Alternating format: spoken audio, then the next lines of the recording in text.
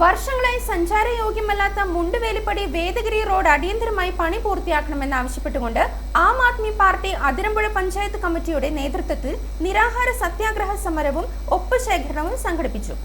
അതിരമ്പുഴ പഞ്ചായത്തിലെ 1ഉം 2ഉം വാർഡുകളെ തമ്മിൽ ബന്ധിപ്പിക്കുന്ന മുണ്ടുവേലിപ്പടി വേദഗിരി റോഡ് കഴിഞ്ഞ 10 വർഷക്കാലമായി തകർന്ന് സഞ്ചാരയോഗ്യമല്ലാതായി കിടക്കുകയാണ്.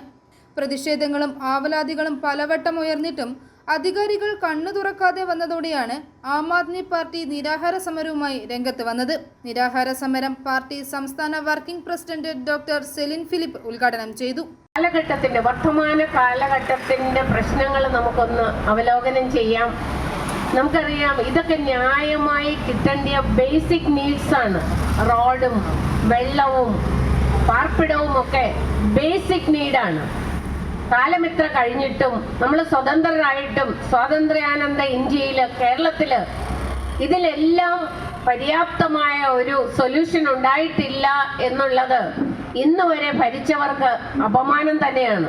നല്ല റോഡില്ലാത്തത്, കുടിവെള്ളമില്ലാത്തത്, പാർക്കാൻ ഒരു വീടില്ലാത്തത്, ഇപ്പൊ ബേസിക് ആയിട്ടുള്ള കാര്യങ്ങൾ പോലും നേടാത്ത ഒരു രാജ്യമായി, ഒരു സ്റ്റേറ്റായി കേരളം തന്നെ ഇത്ര പ്രബുദ്ധതയുള്ള ഇത്ര ഫലഭൂയിഷ്ഠമായ ഇത്ര റിച്ച് ആയിട്ടുള്ള ഒരു സ്റ്റേറ്റ് പോലും. Panchayat committee president Joy Chacko Muttathuvayalil, PJ Joseph Pakkumala, Tomy Parappuram, Joy Chembanani, ജില്ലാ president Joy Thomas Anithottam, Thulasi Kappil, Johny Thottappally, Francis Koroth, Sujith Kumar KG, Saji Irippumala, KD Ouseph Karikkombil, Varghese Mancherikalam, Thresiamma Alex, Mini Benny Mlavil, Sindhu Kottayam തുടങ്ങിയവർ സംസാരിച്ചു. i4 news, Ettumanoor.